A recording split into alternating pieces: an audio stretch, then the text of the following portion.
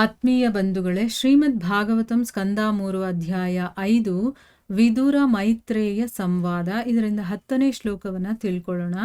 ಶ್ಲೋಕ 10. ಪರಾವರೇಶಾಂ ಭಗವನ್ ವ್ರತಾನಿ ಶ್ರುತಾನಿ ಮೇ ವ್ಯಾಸ ಮುಖಾದಭೀಕ್ಷ್ಣಂ ಅತೃಪ್ನುಮಾ ಕ್ಷುಲ್ಲ ಸುಖಾವಹಾನಾಂ ತೇಷಾಮೃತೆ ಕೃಷ್ಣ ಕಥಾಮೃತೌಘಾತ್. ಅನುವಾದ: ನನ್ನ ಪ್ರಭುವೇ, ನಾನು ವೇದವ್ಯಾಸರ ಮುಖದಿಂದ ಮಾನವ ಸಮುದಾಯದ ಈ ಉಚ್ಚ ಮತ್ತು ನೀಚ ಸ್ಥಾನಮಾನಗಳ ಬಗ್ಗೆ ಪದೇ ಪದೇ ಕೇಳಿದ್ದೇನೆ. ಈ ಎಲ್ಲ ಕ್ಷುಲ್ಲಕ ವಿಷಯಗಳು ಮತ್ತು ಸುಖಗಳ ಬಗ್ಗೆ ನಾನು ಪೂರ್ಣ ತೃಪ್ತಿ ಹೊಂದಿದ್ದೇನೆ. ಅವು ಕೃಷ್ಣ ವಸ್ತು ವಿಚಾರಗಳ ಅಮೃತದಿಂದ ನನಗೆ ತೃಪ್ತಿಯನ್ನು ನೀಡಿಲ್ಲ.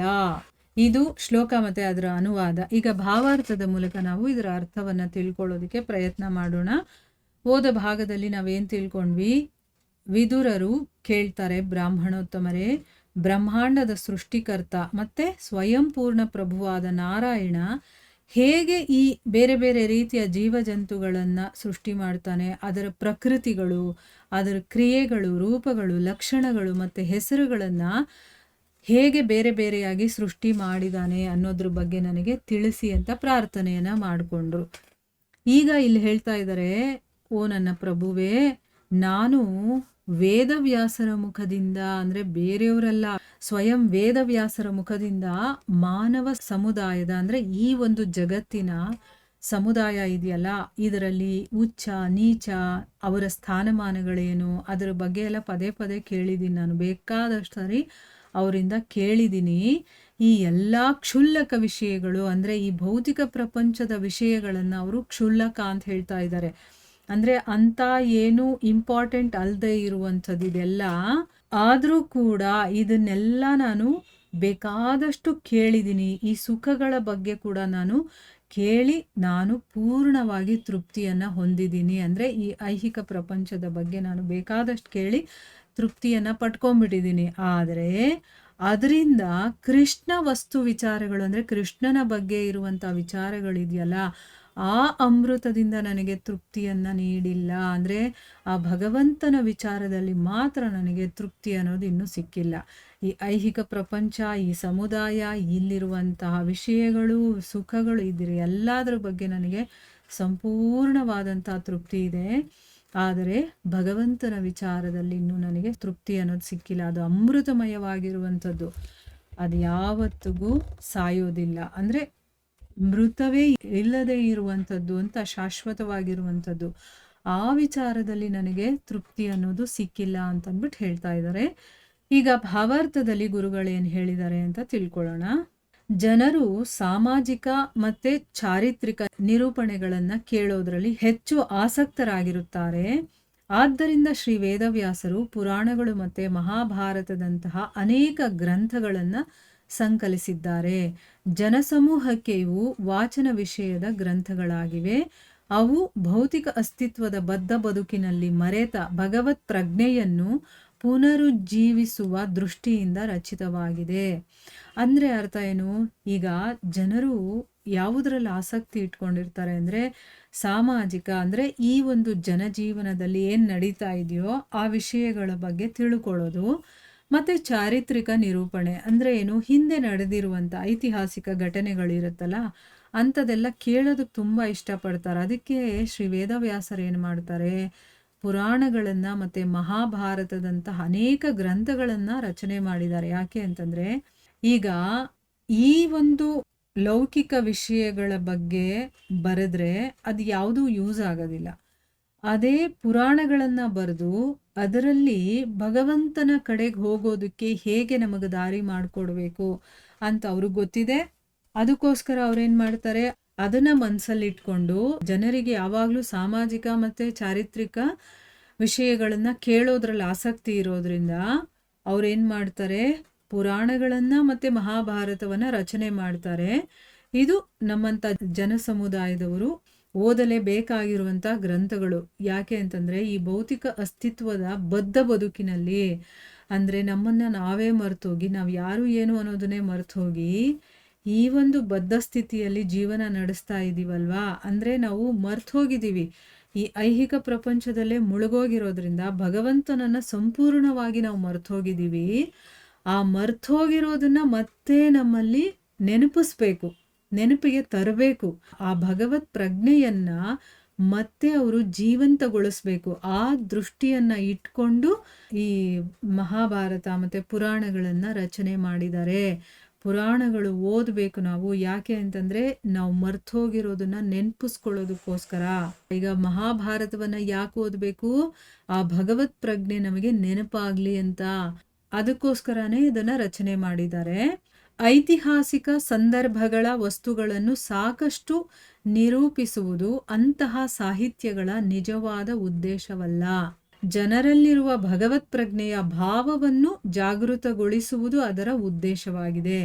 ನೋಡಿ, ಅವರು ಇದನ್ನ ರಚನೆ ಮಾಡೋದು ಅಂತಂದ್ರೆ, ಈಗ ಆ ಸಾಹಿತ್ಯಗಳು ಮಹಾಭಾರತ ಪುರಾಣಗಳನ್ನ ರಚನೆ ಮಾಡಿದಾರಲ್ಲ, ಇದನ್ನ ಐತಿಹಾಸಿಕ ಸಂದರ್ಭಗಳ ವಸ್ತುಗಳನ್ನ ಇನ್ನೂ ಅಷ್ಟು ನಿರೂಪಣೆ ಮಾಡೋದಕ್ಕೆ, ಅಂದ್ರೆ ಅವಾಗ ಹೀಗಾಗಿತ್ತು, ಇಂಥದ್ದೆಲ್ಲ ನಡೆದಿತ್ತು ಅಂತ ಹೇಳೋದಕ್ಕೋಸ್ಕರ ಅಲ್ಲ, ನಮ್ಮಲ್ಲಿರುವಂಥ ಭಗವತ್ ಪ್ರಜ್ಞೆಯನ್ನ ಜಾಗೃತಗೊಳಿಸೋದಕ್ಕೋಸ್ಕರ. ಆ ಭಗವತ್ ಪ್ರಜ್ಞೆಯ ಭಾವನೆ ಇದೆಯಲ್ಲ, ಅದನ್ನ ನಮ್ಮಲ್ಲಿ ಜಾಗೃತಗೊಳಿಸೋದಕ್ಕೋಸ್ಕರನೇ ಇದನ್ನ ರಚನೆ ಮಾಡಿರೋದು. ಇದು ಮುಖ್ಯ ಉದ್ದೇಶ, ಆಯ್ತಾ. ಉದಾಹರಣೆಗೆ, ಮಹಾಭಾರತವು ಕುರುಕ್ಷೇತ್ರ ಯುದ್ಧದ ಚರಿತ್ರೆಯಾಗಿದೆ. ಮಾನವ ಸಮುದಾಯದ ಸಾಮಾಜಿಕ, ರಾಜಕೀಯ, ಆರ್ಥಿಕ ಸಮಸ್ಯೆಗಳ ವಸ್ತುವೇ ಅದರಲ್ಲಿ ತುಂಬಿರುವ ಕಾರಣ ಸಾಮಾನ್ಯ ಜನರು ಅದನ್ನು ಓದುತ್ತಾರೆ. ಆದರೆ ವಾಸ್ತವವಾಗಿ ಮಹಾಭಾರತದ ಬಹು ಮುಖ್ಯ ಭಾಗವೇ ಭಗವದ್ಗೀತೆ. ಕುರುಕ್ಷೇತ್ರ ಯುದ್ಧದ ಚಾರಿತ್ರಿಕ ನಿರೂಪಣೆಯೊಂದಿಗೆ ಅಪ್ರಯತ್ನವಾಗಿ ಅದನ್ನೂ ಓದುಗರು ಅಭ್ಯಾಸ ಮಾಡುತ್ತಾರೆ. ನೋಡಿ, ಇದು ಎಕ್ಸಾಂಪಲ್ ಕೂಡ ಹೇಳ್ತಾ ಇದ್ದಾರೆ ಗುರುಗಳು. ನಮ್ಗೆ ಅರ್ಥ ಆಗ್ಬೇಕಲ್ವಾ, ನಮ್ಗೆ ಉದಾಹರಣೆ ಕೊಟ್ಟಾಗ ಚೆನ್ನಾಗಿ ಅರ್ಥ ಆಗುತ್ತೆ ಅಂತ. ಈಗ ಮಹಾಭಾರತ ಅನ್ನುವಂಥ ಗ್ರಂಥ ಇದೆ ಅಲ್ವಾ, ಅದರಲ್ಲಿ ಏನು ವಿಷಯ ಇದೆ?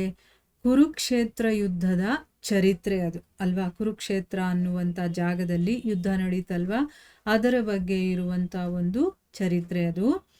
ಈಗ ಮನುಷ್ಯರಿಗೆ ಸಾಮಾನ್ಯವಾಗಿ ಯಾವುದರಲ್ಲಿ ಆಸಕ್ತಿ ಇರುತ್ತೆ? ಸಾಮಾಜಿಕ ವಿಷಯಗಳು, ರಾಜಕೀಯ ವಿಷಯಗಳು ಅಥವಾ ಆರ್ಥಿಕ ಸಮಸ್ಯೆಗಳು, ಅಂಥ ವಸ್ತುಗಳೇ ಅವ್ರಿಗಿಷ್ಟ ಆಗೋದು ಕೂಡ. ಮತ್ತೆ ಮಹಾಭಾರತದಲ್ಲೂ ಕೂಡ ಅದೇ ವಿಷಯಗಳು ಜಾಸ್ತಿ ಇದೆ. ಯಾಕೆ ಅಂತಂದ್ರೆ ಸಾಮಾನ್ಯ ಜನರು ಅದನ್ನ ಓದ್ತಾರೆ. ಇವಾಗ ತತ್ವವನ್ನ ತಗೊಂಡೋಗಿ ಹೇಳಿ ಅಥವಾ ಒಂದು ಕಥೆಯನ್ನ ಹೇಳಿ, ಯಾವುದನ್ನ ಇಷ್ಟಪಡ್ತಾರೆ ಜನ? ಕಥೆನ ಕೇಳೋದಕ್ಕೆ ಇಷ್ಟಪಡ್ತಾರೆ. ಕಥೆ ಮೂಲಕ ನಾವು ತತ್ವಗಳನ್ನ ಹೇಳಿದಾಗ ಅದನ್ನು ಕೇಳ್ತಾರೆ. ಅದೇ ನೀವು ಬರೀ ತತ್ವವನ್ನ ಹೇಳಿದಾಗ, ಅಯ್ಯೋ ತಲೆ ನೋವು ಬಂದ್ಬಿಡುತ್ತಪ್ಪ ಅವ್ರು ಹೇಳೋದು ಕೇಳೋದಕ್ಕೆ, ಅಥವಾ ನಿದ್ದೆನೇ ಬಂದ್ಬಿಡುತ್ತೆ ಅಂತ ಹೇಳ್ತಾರೆ. ಅದನ್ನ ಇಷ್ಟನೇ ಪಡಲ್ಲ ಜನರು ಅಲ್ವಾ. ಅದಕ್ಕೆ ಇಲ್ಲಿ ಈ ಒಂದು ಮಹಾಭಾರತದಲ್ಲಿ ಸಾಮಾಜಿಕ, ರಾಜಕೀಯ, ಆರ್ಥಿಕ ಸಮಸ್ಯೆಗಳ ವಸ್ತುನೇ ತುಂಬಿದ್ರೂ ಕೂಡ ಯಾಕೆ ಅದನ್ನ ತುಂಬಿದ್ದಾರೆ? ಅದಕ್ಕೆ ಕಾರಣ ಏನು ಅಂತಂದ್ರೆ ಸಾಮಾನ್ಯ ಜನರು ಅದನ್ನೇ ಓದೋದು, ಅದನ್ನೇ ಇಷ್ಟಪಡೋದಲ್ವಾ, ಅದಕ್ಕೋಸ್ಕರ. ಆದರೆ ವಾಸ್ತವವಾಗಿ ವೇದವ್ಯಾಸರ ಒಂದು ಇಂಟೆನ್ಷನ್ ಏನಾಗಿತ್ತು ಅಂತಂದ್ರೆ ಬೇರೆನೇ ಆಗಿದೆ. ಯಾಕೆಂದ್ರೆ ಸಾಮಾನ್ಯ ಜನರನ್ನ ಭಗವತ್ ಪ್ರಜ್ಞೆ ಕಡೆ ಅಥವಾ ಅವರಲ್ಲಿ ಅಡಗಿರುವಂತ ಭಗವತ್ ಪ್ರಜ್ಞೆಯನ್ನ ಎಚ್ಚರಿಸಬೇಕು ಅಂತಂದ್ರೆ ಎಷ್ಟೆಲ್ಲ ಅವ್ರು ಯೋಚನೆ ಮಾಡಿದ್ದಾರೆ ನೋಡಿ. ಮೊದಲು ನಮ್ಗೇನಿಷ್ಟನೋ ಅದನ್ನ ಕೊಟ್ಟು ಆಮೇಲೆ ತತ್ವದ ಕಡೆ ಕರ್ಕೊಂಡು ಹೋಗ್ತಾರೆ. ಈಗ ಒಂದು ಮಗುಗೆ ನಾವು ಏನಾದರೂ ಹೇಳಬೇಕು, ಅದು ನಾವು ಹೇಳ್ದಾಗ ಕೇಳಬೇಕು ಅಂದರೆ ಅದು ಓದಬೇಕು ಅಂತನೋ ಬರಿಬೇಕು ಅಂತನೋ ಅಂತ ನಾವೇನಾದರೂ ಅಂದ್ಕೊಂಡಿದ್ರೆ ಆ ಕೆಲಸವನ್ನು ಆ ಮಗು ಕೈಯಲ್ಲಿ ಮಾಡಿಸ್ಬೇಕು, ಅದಕ್ಕೆ ಅರ್ಥ ಆಗಿಸ್ಬೇಕು ಅಂತಂದರೆ ಮೊದಲು ನಾವೇನು ಮಾಡ್ತೀವಿ? ಅದಕ್ಕೆ ಆಸೆ ತೋರಿಸ್ತೀವಿ. ಅದಕ್ಕೇನು ಇಷ್ಟ ಆಗುತ್ತೆ ಮಗುಗೆ? ಸಿಹಿ ತಿಂಡಿ ಅಂದರೆ ಚಾಕ್ಲೇಟು, ಬಿಸ್ಕೆಟು, ಇಂಥದ್ದೇನಾದರೂ ಇಷ್ಟ ಆಗುತ್ತೆ. ಅದನ್ನು ಕೊಡ್ತೀನಿ ಅಂತ ಹೇಳಿದಾಗ, ಅದನ್ನು ತೋರಿಸ್ದಾಗ ಮಗುಗೆ ಓ ಇವ್ರು ನನಗಿದನ್ನು ಕೊಡ್ತಾರೆ ಅಂತ ಅಂದ್ಬಿಟ್ಟು ಏನು ಮಾಡುತ್ತೆ, ಅದು ಅವ್ರು ಹೇಳಿದ್ದು ಏನಿದೆಯೋ ಆ ಕೆಲಸನೂ ಮಾಡುತ್ತೆ, ಆಮೇಲೆ ಅದನ್ನು ಅರ್ಥನೂ ಮಾಡ್ಕೊಳುತ್ತದು. ಯಾಕೆ? ನನಗಿಷ್ಟ ಆಗಿರೋ ವಸ್ತುನ ಇವ್ರು ಕೊಡ್ತಾರಲ್ಲ ಅಂತಂದ್ಬಿಟ್ಟು ಅದಕ್ಕೆ ಇಷ್ಟ ಆಗುತ್ತೆ. ಆ ವಸ್ತುವನ್ನು ಪಡಿಬೇಕು ಅಂತಂದರೆ ಮೊದಲು ನಾನು ಇದನ್ನು ಮುಗಿಸ್ಬೇಕು ಅಂತ ಮುಗಿಸುತ್ತೆ. ಈಗ ಮಕ್ಕಳ ಹತ್ರ ನಾವು ಹೋಮ್ ವರ್ಕ್ ಮಾಡಿಸ್ಬೇಕಾದ್ರೂ ಅದೇ ಥರ ಮಾಡ್ತೀವಿ. ಯಾಕೆ? ನಮಗಿಷ್ಟವಾಗಿದ್ದನ್ನು ತೋರಿಸಿ ಕೊಟ್ಟಾಗ ನಾವು ಅವ್ರು ಹೇಳ್ದಂಗೆ ಕೇಳ್ತೀವಿ ಅಲ್ವಾ. ಅದೇ ರೀತಿ ಮಹಾಭಾರತವನ್ನು ರಚನೆ ಮಾಡಬೇಕಾದ್ರೆ ಅದರಲ್ಲಿ ಸಾಮಾಜಿಕ, ರಾಜಕೀಯ ಮತ್ತೆ ಆರ್ಥಿಕ ವಿಷಯಗಳನ್ನ ತುಂಬಿದ್ದಾರೆ ಅದರಲ್ಲಿ.